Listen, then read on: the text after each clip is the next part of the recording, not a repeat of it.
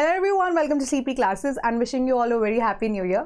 तो आज हम डिस्कस करेंगे कुछ बहुत सिंपल छोटी छोटी लैटिन टर्म्स जो कि आपने न्यूज़पेपर्स में भी रीड की होंगी एंड पॉलिटी में जब कुछ हम जजमेंट्स रीड कर रहे होते हैं तो वो ये छोटे छोटे वर्ड्स जो है बहुत ज़्यादा रहते भी है in news, so you must know it, क्योंकि आपको उसका मीनिंग पता होगा तभी उस चीज़ के ऊपर इंप्लीमेंट कर पाएंगे, right. So let's get started. सबसे पहली टर्म जो हम डिस्कस करेंगे that is suo motu.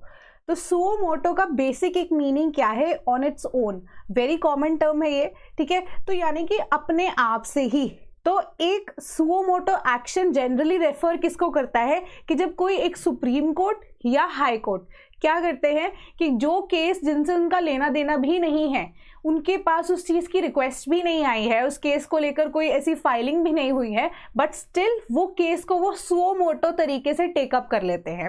And this power has been given to the High Court and the Supreme Court of India. With reference to High Court अगर हम बात करें तो आर्टिकल 226 है, एंड विद रिस्पेक्ट टू जब हम supreme court बात करें that is article 32 of the Indian constitution. तो इसके थ्रू क्या कर सकता है कोई भी ऐसा कोर्ट, बीट हाई कोर्ट और सुप्रीम कोर्ट, जो लगता है उनको ऐसा कोई मैटर है जो कि बहुत ही ज्यादा अर्जेंसी में है and it requires immediate attention, right, तो वो सुओ मोटो केस को टेकअप कर सकते हैं। या एक चीज और भी होती है कि ऐसा लगता है कि उनकी जुडिशियल अथॉरिटीज में नहीं है अगर जो लोअर कोर्ट्स की, तो वो सुओ मोटो केस को टेकअप भी कर सकते हैं, राइट। सो फर्स्ट टर्म हमारी सुओ मोटो है।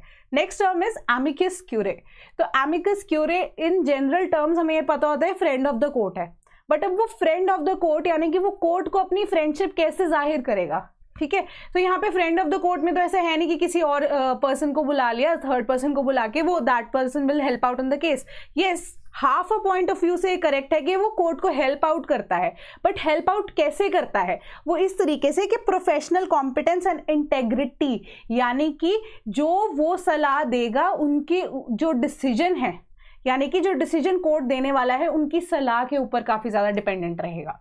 फॉर एन एग्जाम्पल, यहाँ पे पर्टिकुलरली कोई और जज नहीं होगा, पर्टिकुलरली हो नहीं सकता कि एमिकस क्यूरे में कोई एडवोकेट ही हो, राइट। यहाँ पे कोई थर्ड पर्सन भी हो सकता है। सो आपको मैं एग्जाम्पल देती हूँ, जैसे हमारे क्रिमिनल केसेस होते हैं, राइट। तो वहाँ पे अगर आप सपोज कीजिए मर्डर केस है, तो मर्डर केस में उस टाइम पे हमारे पास क्या फॉरेंसिक्स जो है उसकी रिपोर्ट बहुत ज्यादा मायने रखती है to give out the decision in that perspective, right. तो एमिकस क्यूरे वहाँ पे उस टाइम पे फॉरेंसिक्स हुआ, राइट। तो सिमिलर तरीके से अगर कोई अब सिविल केस आ जाता है, बीट कोई टैक्स इवेजन का केस आ जाता है, तो अंडर दैट सिनेरियो कोई एक टैक्स एक्सपर्ट अगर हेल्प आउट करता है in solving out that case, तो वो टैक्स एक्सपर्ट की क्या राय है जिसके बेसिस पे डिसीजन दिया जाएगा, that person will be the amicus curiae of the court, right. तो इसको इस तरीके से हम यूज करते हैं। Acknowledgement of a professional word यहाँ पे यूज किया गया है, not an advocate, not a jurist, right. तो प्रोफेशनल कॉम्पिटेंस के बेसिस पे जिसका डिसीजन मैटर करेगा, या जो कोर्ट का डिसीजन है मैटर करेगा कॉम्पिटेंस के ऊपर of that particular person, right. So next we'll discuss is ad hoc.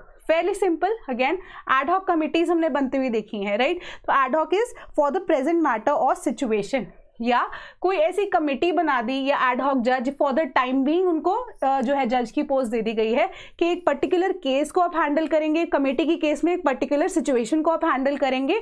जब वो सारी की सारी सिचुएशन जो है व्हेन इट रिजॉल्व्स, तो जो ये अगर कमेटी की केस करते हैं अगर हम बात, तो कमेटी डिसॉल्व हो जाएगी। सिमिलरली जो जज हैं he will no longer be the जज, राइट। तो एड हॉक जज की केस में दैट केस, एंड कमेटी की जब हम बात करते हैं, कमेटी में एक सिंपल तरीका है कि आपको एक पर्टिकुलर सिचुएशन के लिए एक कमेटी बना दी गई है, एड हॉक कमिटीज बना दी गई हैं, राइट। तो आप उसके ऊपर अपना डिसीजन दे दीजिए। आफ्टर गिविंग दैट डिसीजन अगर वो रिजॉल्व हो जाती है चीज, तो उसके बाद वो कमेटी जो है वो डिसॉल्व हो जाएगी, right. So next we'll discuss is ex post facto, यानी कि रेट्रोस्पेक्टिव इवेंट। तो अब ये जो एक्सपोस्ट फैक्टो है जनरली हम यूज कहाँ करते हैं, अगर इंडियन लॉ की बात करते हैं with respect to civil cases ही हम यूज करते हैं, ठीक है। क्योंकि अब दो तरह के लॉज होते हैं हमारे पास, एक प्रोस्पेक्टिव इवेंट होता है, एक रेट्रोस्पेक्टिव लॉ होता है, राइट। तो ये दोनों लॉज होते हैं। तो नाम से आपको पता लग रहा होगा रेट्रोस्पेक्टिव लॉज, तो यानी कि बैक डेट में अगर कोई लॉ जो है वहां से उसको हमने एप्लीकेबिलिटी देनी है, ठीक है। बट वेराज अगर हम प्रोस्पेक्टिव लॉज जो है ज्यादातर बनते हैं इंडिया के अंदर उन यानी कि अब से या थोड़ी देर बाद से जो है उसकी लॉ की एप्लीकेबिलिटी होगी।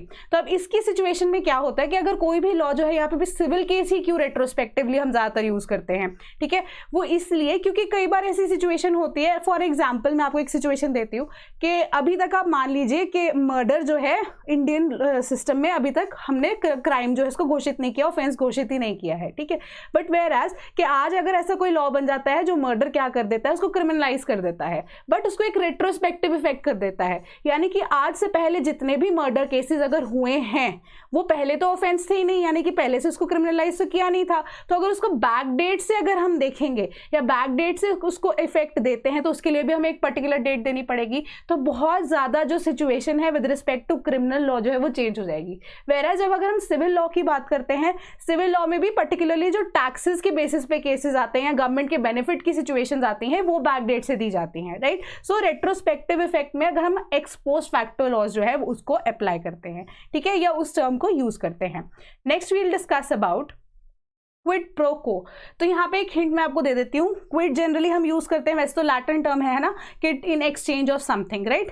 तो क्विड में अगर आप यहाँ पे एक वो लगा सकते हैं कि जनरली हम क्विड्स मेंशन करते हैं ना मनी के केसेस में, तो क्विड वर्ड जो है इससे आप कह सकते हैं हिंट या ट्रिक लगा सकते हैं कि quid is in exchange of money, यानी कि एक फेयर एक्सचेंज। अगेन यहाँ पे मैं बताऊँ ये सिविल केसेस में ही ज़्यादातर यूज होता है, क्योंकि अब सिविल केसेस में आउट ऑफ कोर्ट सेटलमेंट भी कोई एक सिचुएशन होती है, राइट, कि जो अब सिविल केसेस हमें पता है बहुत लंबे चलते हैं, 10-15 साल 20 साल चलते रहते हैं। So out of court settlement ही कर लेते हैं, उससे क्या फायदा होगा कि पार्टी का टाइम भी बचेगा, कोर्ट के ऊपर जो प्रेशर है वो भी बच जाएगा, राइट। तो एक डिफेंडेंट जो है अपनी गलती अगर मान लेता है, अब दो हमारे पास पार्टीज होती है ना, राइट, तो जो डिफेंडेंट पार्टी होती है सिमिलर तरीके से हमारे पास क्रिमिनल लॉ में भी जब हम बात करते हैं तो हमारे पास एक विक्टिम होता है, कल्प्रिट होता है, राइट। सो ये एक सिमिलर तरीके से हमारे पास क्या होता है, एक डिफेंडेंट होता है, एक पिटिशनर होता है। डिफेंडेंट जिसके अगेंस्ट केस फाइल किया गया है, पिटिशनर जिसने केस फाइल किया है। तो डिफेंडेंट जो है अगर मान लेता है अपनी गलती, अंडर दैट सिचुएशन वो क्या करता है कि एक फेयर एक्सचेंज उस नुकसान का अगर भरने के लिए तैयार रहता है आउट ऑफ कोर्ट सेटलमेंट में, तो वो क्विड प्रो क्वो जो है वहां पे यूज करते हैं, राइट।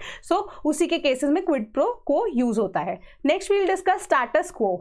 तो स्टेटस क्वो अगेन ये भी इसका अगर हम यूजेज की बात करें तो दो तरीके से यूज हो रहा है, राइट। तो स्टेटस क्वो अगर हम पॉलिटिक्स की सिचुएशन की बात करते हैं, राइट, तो पॉलिटिकली जब हम स्टेटस क्वो को यूज कर रहे हैं यानी कि करंट सिनेरियो जैसे चल रहे हैं उसको चलने दो, राइट।